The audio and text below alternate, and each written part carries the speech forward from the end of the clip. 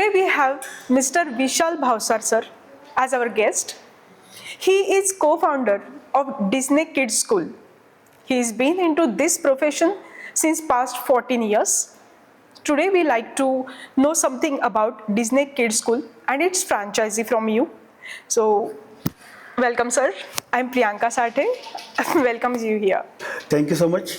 Sir early childhood education में कौन सा कोर गैप आपने नोटिस किया था? मतलब एक बेसिक चीज़ है आजकल के एजुकेशन में Okay. कि मैं जहाँ भी पर भी मैं एजुकेशन देखता हूँ अर्ली चाइल्डहुड मतलब छोटे बच्चों का या फिर बड़े बच्चों का भी क्यों ना हो, तो उसमें हमें दिखाई देता है कि बच्चों को एकेडमिक्स की तरफ पेरेंट्स का भी, स्कूल का भी, टीचर्स का भी और ऑल एजुकेटर्स का ज़्यादा फोकस है उनको ABCD पढ़ाने में, कि जिससे ज़्यादा है ज़रूरी है कि उनका जो ओवरऑल डेवलपमेंट जिसको हम लोग होलिस्टिक डेवलपमेंट बोलते हैं उसका डेवलपमेंट होना बहुत ज़्यादा ज़रूरी है। उसमें बच्चों का कॉन्फिडेंस बढ़ता है, उनका फिजिकल स्ट्रेंथ बढ़ता है, उनका मेंटल स्ट्रेंथ बढ़ता है, उनका कॉन्फिडेंस बढ़ता है, उनकी जो सोचने की डिसीजन मेकिंग पावर की जो कैपेबिलिटी है वो बढ़ती है। उसके ऊपर ज़्यादा ध्यान देना चाहिए जिसके ऊपर आजकल ध्यान नहीं दिया जा रहा है। ये बहुत बड़ा गैप है। आपने एक्चुअली ECCAD और यूनिसेफ का कंसेप्ट आपने सुना होगा कि इसमें बच्चों की जो होलिस्टिक डेवलपमेंट है, जैसे अपने हाथों की development, fingers, fine motor skill, gross motor skills, मतलब पूरी बॉडी की डेवलपमेंट, कॉग्निटिव डेवलपमेंट जो ब्रेन की डेवलपमेंट होती है, उसमें डिसीजन मेकिंग उनका पावरफुल होता है, क्यूरियोसिटी बढ़ती है और सोशल स्किल्स, हाइजीन, उसके बारे में ये जो चीज़ें हैं वो बहुत मिसिंग है आजकल की एजुकेशन सिस्टम में। इसलिए हमने ऐसा एक स्पेस बनाया है कि जिसमें ये जो स्पेस है वो प्यार से भरपूर हो और जो हमारा टैगलाइन है लर्निंग विद फन, तो वो कूट कर उसमें भरा हुआ हो, क्योंकि बच्चों को ऐसा ना लगे कि हम किसी और डिफरेंट एटमॉस्फेयर में आए हैं। जो जैसे हम लोग ओवरऑल एस्थेटिक्स है स्कूल का, जो फर्नीचर है, जो बिहेवियर का उनके साथ जो बिहेवियर का तरीका है, तो उनको ऐसा लगता है कि this is our second home और फिर उनको उनकी जो ओवरऑल डेवलपमेंट है उसके लिए उनको फ़ायदा होता है। नाइस। तो यही गैप जो बहुत बड़ा गैप है ये फील करने के लिए हमने डिज्नी किड्स का जो ओवरऑल मेथोडोलॉजी है वो डेवलप किया है। Nice, great. अभी मुझे आपसे ये पूछना है सर कि एंटरप्रेन्योर दृष्टिकोण से आपने डिज्नी किड्स का विजन कैसे किया है? एक्चुअली डिज्नी किड्स मेरा बिजनेस का विजन था ही नहीं कभी। Okay.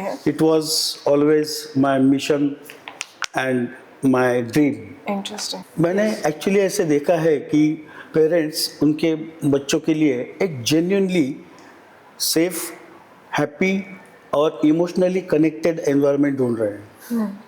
My entrepreneurship vision was to build a brand with a trust and long-term relationship with parents and all the associates. Okay. इसलिए हमने ऐसा pre school and day care बनाया कि जिसमें एक्चुअली बच्चों को अपने दूसरे घर जैसे ही लगता है। नाइस। पेरेंट्स के सेफ्टी और कंसर्न को आप कैसे एड्रेस करते हो? आपका सवाल बहुत अच्छा और टची है मैम। देखिए, हर बच्चा, हर पेरेंट का कलेजे का टुकड़ा होता है जी। और कोई भी, आप हो, मैं हूँ या दुनिया में कोई भी है, तो उसको अपने बच्चे की सेफ्टी की फिक्र होनी ही चाहिए और होती है। चाहे वो स्कूल में आके पढ़े, कम पढ़े, ज़्यादा पढ़े या फिर बहुत अच्छा पढ़े, उसके दिमाग में वो डर नाम की चीज़ वो जो चलते रहता है। इसलिए पेरेंट हमें पूछते हैं कि what about my child safety, तो हमारा जवाब होता है of course we are here, don't worry, हम लोग we will take care. Actually Disney kids में हम लोग ये सेफ्टी को पॉलिसी नहीं समझते हैं, क्योंकि ये पॉलिसी है ही नहीं, दिस इज़ अ रिस्पॉन्सिबिलिटी। और हम लोग ये रिस्पॉन्सिबिलिटी हमारा प्राइम रिस्पॉन्सिबिलिटी मानते हैं as a best pre school and day care in Pune. Safety के लिए हमने 24/7 सीसीटीवी कैमरा सर्विलेंस रखा हुआ है। चाइल्ड फ्रेंडली हमने बेंचेस या फिर कबर्ड्स, ये सारा चीज़ चाइल्ड फ्रेंडली है। फर्श पे फोम बिछा हुआ है, तो ओवरऑल उनके लिए ये प्लीजेंट और सेफ एटमॉस्फेयर है। अच्छा, इसका मतलब आप जैसे पेरेंट्स बच्चों की मतलब परवरिश करते हैं, उनका जितना ख्याल रखते हैं, आप वैसे ही स्कूल में एटमॉस्फेयर उनके लिए क्रिएट कर रहे हो। आपने मेरी मन की बात छीन ली है। तो हमारे पास आप देखिए 2.5 साल से लेके बच्चे आते हैं। ओह, बाकी भी उनको जो बच्चे के अकॉर्डिंगली जो ट्रेनिंग चाहिए कि उसको कंफर्टेबल कैसे फील करवाना है, उसको खुश कैसे रखना है, उसको शुरू शुरू में बच्चे रोते हैं तो उनके लिए कुछ स्पेशल टेक्निक्स है, वो उनको पूरा वो ट्रेनिंग साल में एक बार दिया जाता है और वो ट्रेनिंग अपग्रेड होता है हर साल। सर मुझे आपसे एक सवाल पूछना है जो कि मेरा पर्सनल है कि जैसे कि मेरे दोनों पेरेंट्स वर्किंग थे, तो वो सुबह से लेके शाम तक उनका अपना काम चलता रहता था और हम लोग उस टाइम पे जैसे कि हम लोग जैसे नॉर्मल स्कूल्स में जैसे होता है कि आप स्कूल में एंटर करते हो तो उससे पहले हमें डे केयर में जाना पड़ता था, मतलब आपकी विश हो नहीं हो फिर भी।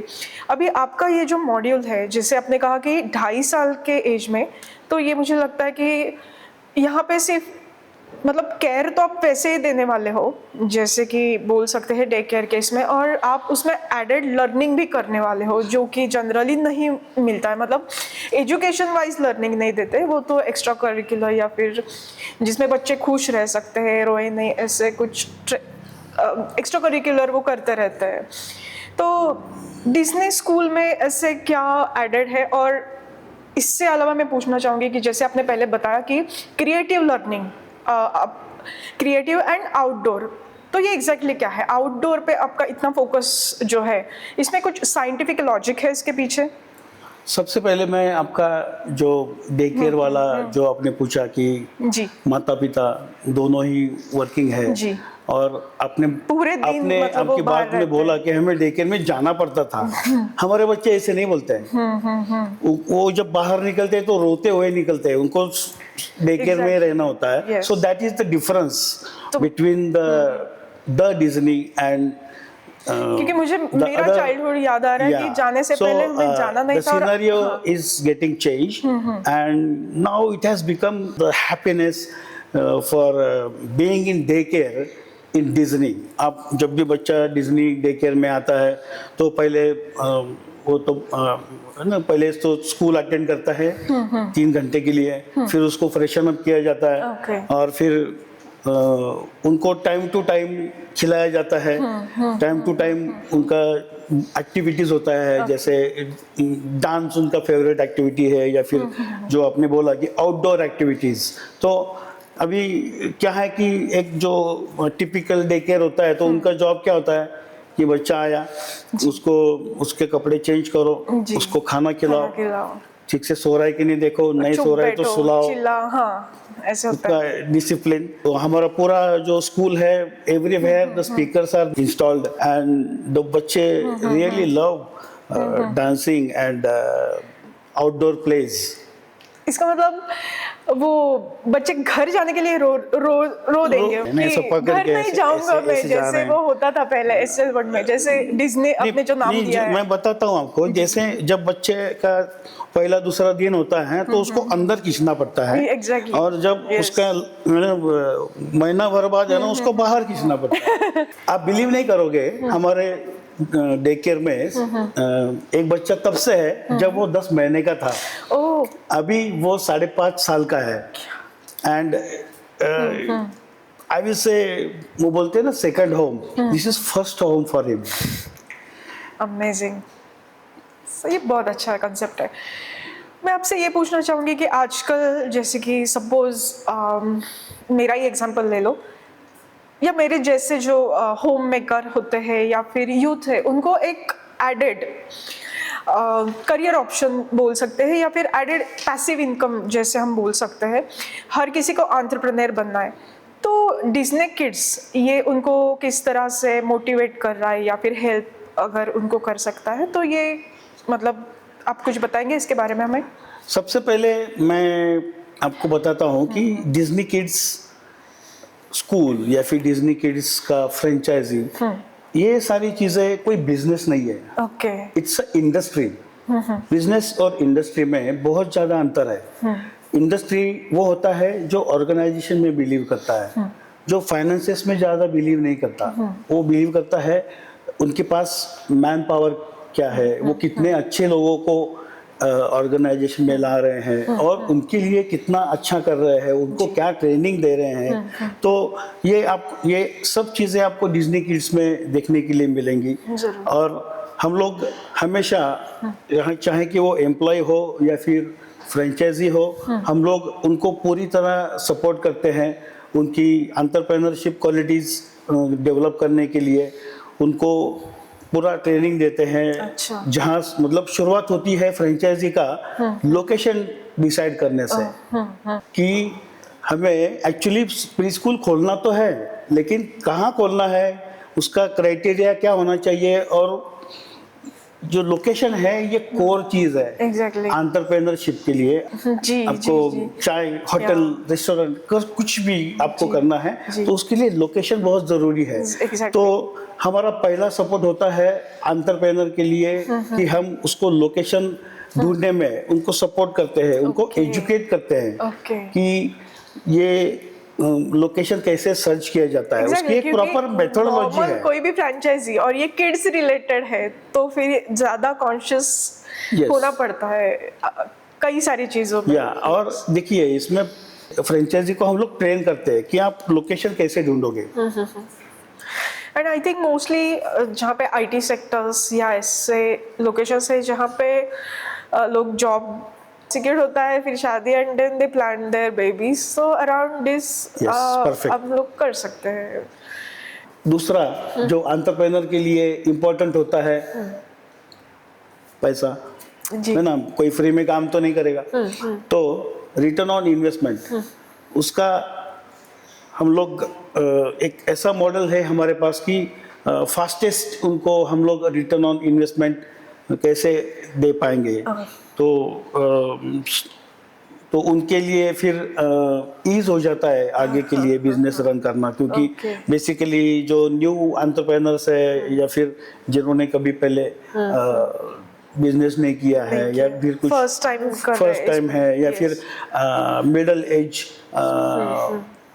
लेडी है जो पहले हाउसवाइफ थी लेकिन अभी उनको कुछ करना है लाइफ में, वेरी एम्बिशंस है, लेकिन उनको रिटर्न ऑन इन्वेस्टमेंट जो इन्वेस्टमेंट करेंगे तो उनको दिल में दिमाग में चलते रहता है, अरे कब वसूल होगा।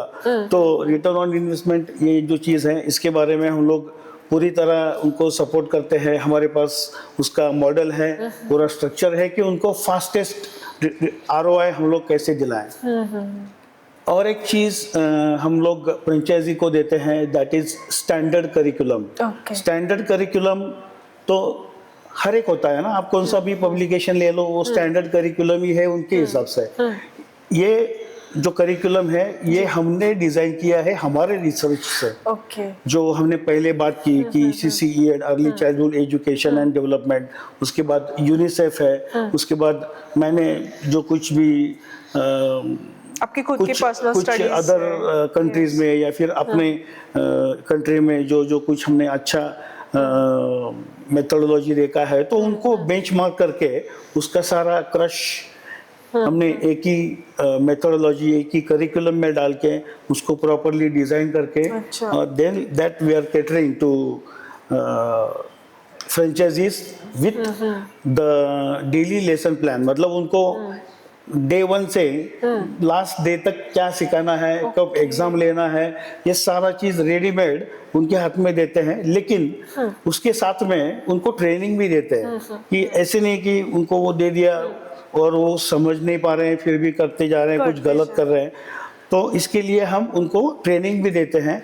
उसके बाद यहाँ पर भी हम लोग नहीं रुकते हैं, हम लोग कंटिन्यूसली उनके टच में रहते हैं और उनको सो कॉल्ड हम लोग ऑडिट करते हैं कि ये जो स्टैंडर्ड ऑपरेटिंग प्रोसेस है कि जो हमने उनको डेली लेसन प्लान दिया हुआ है या फिर जो कुछ टर्म्स कंडीशंस हमने उसमें डाला हुआ है तो उस हिसाब से चल रहा है क्या काम, या फिर उन कोई दिक्कत फेस कर रहे हैं या फिर उनको अनविलिंगली कुछ रॉन्ग चीज़ें हो रही है, तो उसके लिए हम उनको ऑडिट करते हैं, सपोर्ट करते हैं।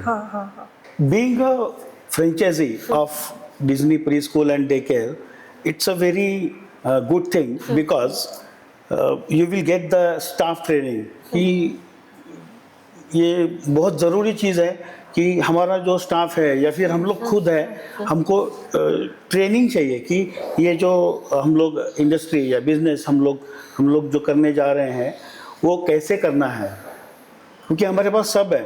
हमारे आप मैन पावर भी अपने रिक्रूट कर ली, मटेरियल भी ले लिया, समझो एडमिशन्स भी हो गया, लेकिन आपको ट्रेनिंग होना चाहिए कि ये चीज़ करना कैसा है। Right. तो हमारे यहाँ पर 3-4 टाइप की ट्रेनिंग्स होती है। जैसे एक आपको मैंने पहले ही बताया कि बच्चे को उसकी होमली कैसे फील करवाना है, उसकी एक ट्रेनिंग है।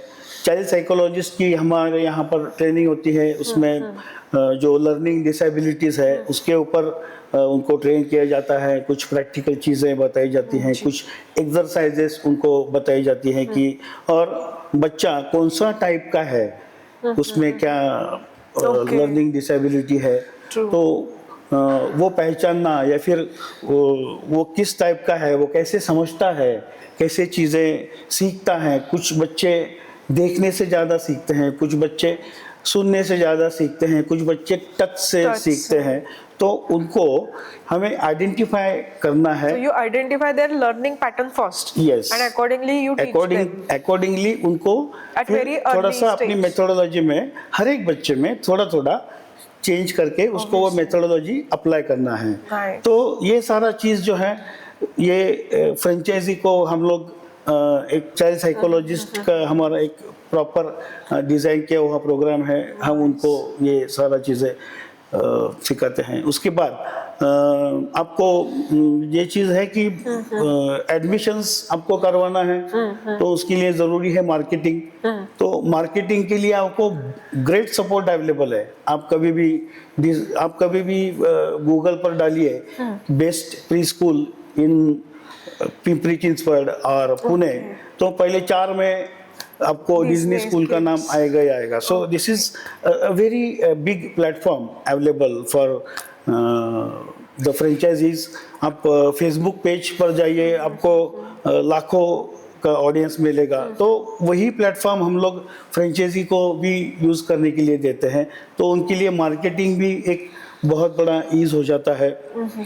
एडमिशन स्ट्रैटेजीज, अभी पर्टिकुलर वो लोकल एरिया में एक अलग स्ट्रैटेजी होता है। अभी हम देखिए आपने फॉर एग्जांपल आप मोशी में आपने एक स्कूल खोला है, एक शिवाजी नगर में खोला है, आपने एक हिंजेवाड़ी में एक स्कूल खोला है, तो हर एक जगह पे सेम रूल अप्लाई नहीं होता है। तो हर एक जगह पे आपको कुछ ना कुछ सर्वे करना पड़ता है। तो ये सारी चीज़ें जो है हम लोग उनके हैंड इन हैंड हम लोग कुछ दिन काम करते हैं कि आपको ये कैसे सर्वे करना है या फिर फीस स्ट्रक्चर कैसे डिज़ाइन करना है। एक हम उनको पावर पॉइंट प्रेजेंटेशन हमारा एक रेडीमेड है, लेकिन उनके लिए उसमें टेलर मेड बना के उनको वो प्रेजेंटेशन देते हैं कि जब पेरेंट एडमिशन के लिए आते हैं तो उनको गो थ्रू करवाते हैं। Means you have a whole structure ready, बस लोगों को ज़्यादा टेंशन लेने की ज़रूरत नहीं है। Go for the franchisee. ज़्यादा नहीं, कुछ भी टेंशन लेने की कुछ भी टेंशन जी। और जो वुमेन होती है, सपोज कि फर्स्ट टाइम उनको कुछ बिजनेस अपॉर्चुनिटी है लेकिन समझ में नहीं आ रहा है कि क्या करना है, तो इससे दोनों चीज़ें बैलेंस हो जाती है कि they are doing something empowerment जिसे हम बोल सकते हैं।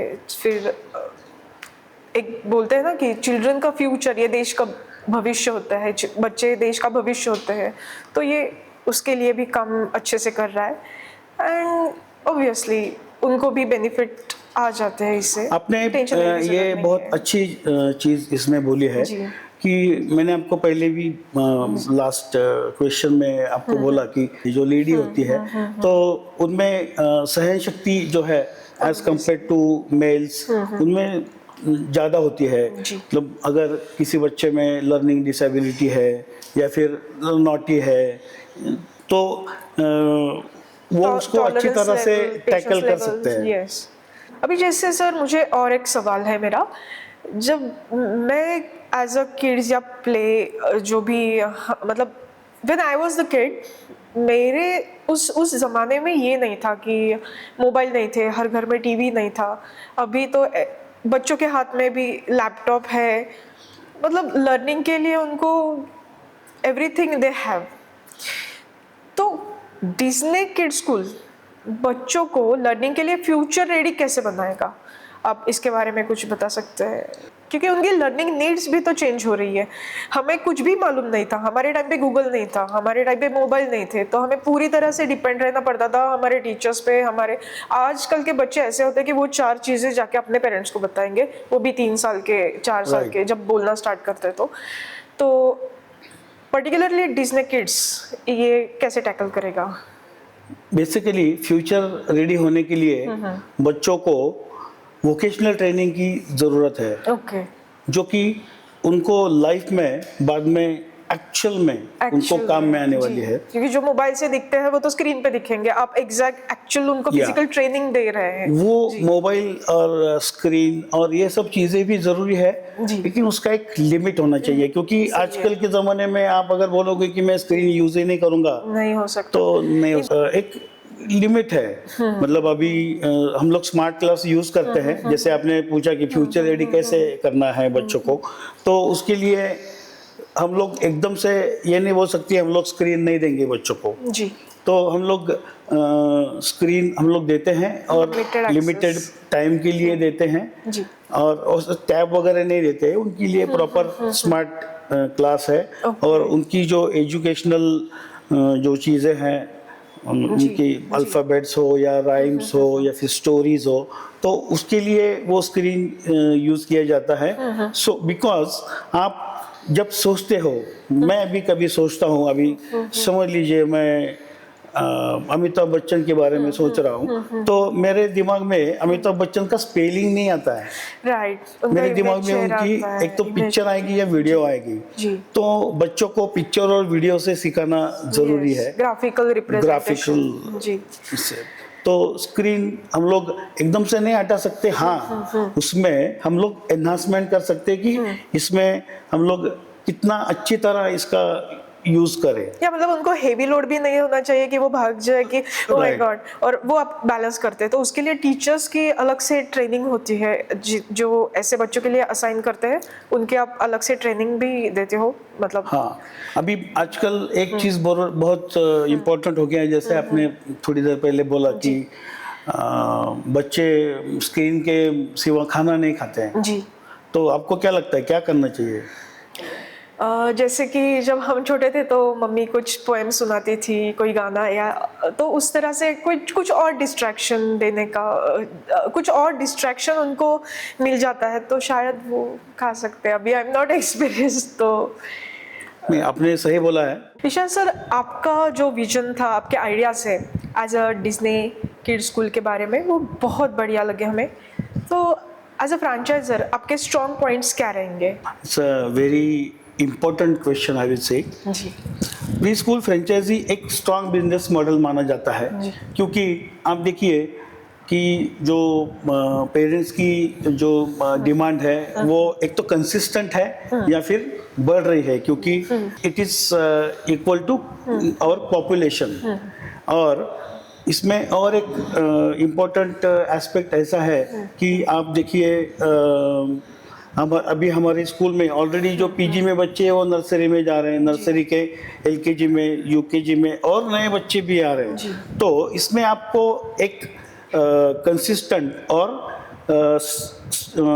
वेरी स्टिफ कैश फ्लो का ग्रोथ आपको नजर आएगा। जी। तो ये बहुत बड़ा स्ट्रांग पॉइंट है। Right. उसके बाद आप सोचिए कि पेरेंट है ना, एक बार अपने कपड़ों पे या फिर अपना ट्रैवल पे, ओवरऑल एंटरटेनमेंट पे या बाकी चीज़ों पे वो कॉस्ट कटिंग कर लेंगे, लेकिन वो अपने बच्चों के एजुकेशन के साथ कभी कॉम्प्रोमाइज नहीं करेंगे। बिल्कुल नहीं तो करेंगे। This is a very good industry, never dying industry. Yes. We are proud to say that Disney Kids franchisor is a franchisor who delivers the fastest ROI in the sector. Okay. Thank you, Vishal sir. Thank you so much for this insightful information. Thank you so much for coming to our podcast. Thank you so much.